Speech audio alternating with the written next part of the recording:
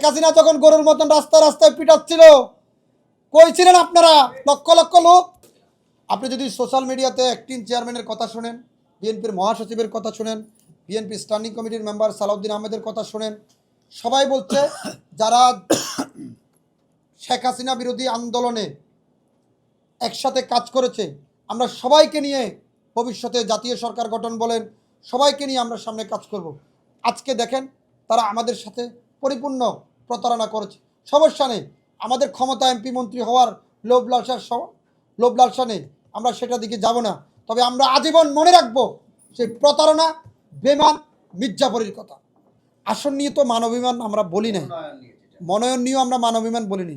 আমরা বলেছি আপনারা যাই কিছু করেন, যেহেতু আমরা সবাই একসাথে আন্দোলন সংগ্রাম করেছি, ভূমিকা রেখেছি, আমাদের সকলের সাথে ভালো মন্দ মিলেমিশে আলোচনার মাধ্যমে সমাধান করো। এখন আপনারা আপনাদের মতন করে মাঠ গোছাচ্ছেন।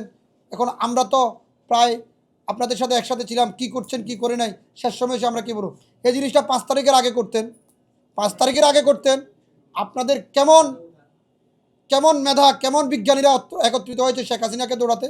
এই শেখ হাসিনাকে দৌড়ানোর পিছনে সবচেয়ে ভূমিকা হচ্ছে সাধারণ মানুষের, যারা 5 তারিখে, 4 তারিখে এবং তার আগে পরে নিঃস্বার্থভাবে রাস্তায় নেমেছে, নিঃস্বার্থভাবে।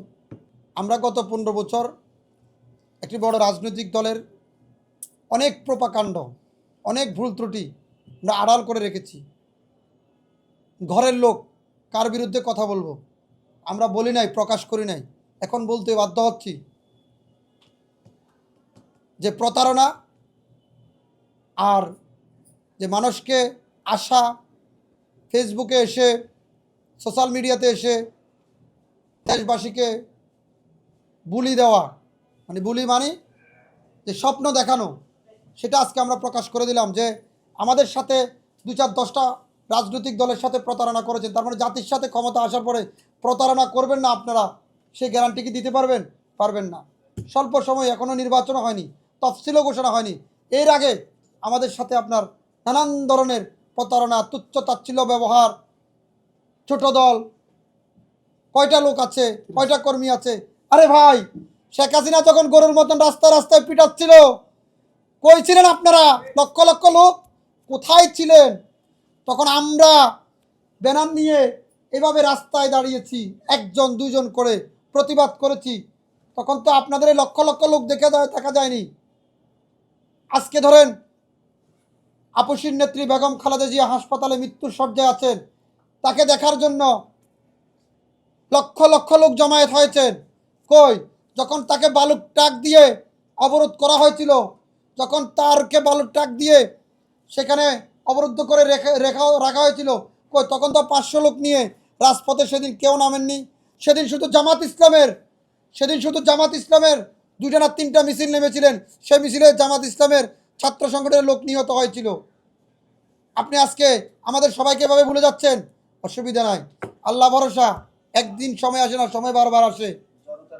আমরা এখনও সময় আছে, 24 ঘন্টার ভিতরে আমি আমার জনতার অধিকার পার্টির পক্ষ থেকে আপনাদের মাধ্যমে মেসেজ দিতে চাই, আগামী 24 ঘন্টার ভিতরে আমরা আবারও বলছি, সম্পর্ক ভাঙা সহজ, গড়া কঠিন। ভুল ত্রুটি যদি হয়ে থাকে সবাইকে নিয়ে বসেন, সিদ্ধান্ত নিন, না হলে একা হয়ে যাবেন। একেবারে আমরা সবাই ছোট, মাঝারি, মধ্যবিত্ত সবাই ভাই ভাই হয়ে যাব।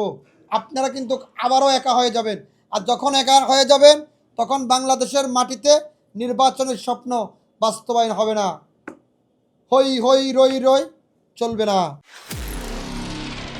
নিরপেক্ষ, সত্য প্রকাশে আপোষহীন।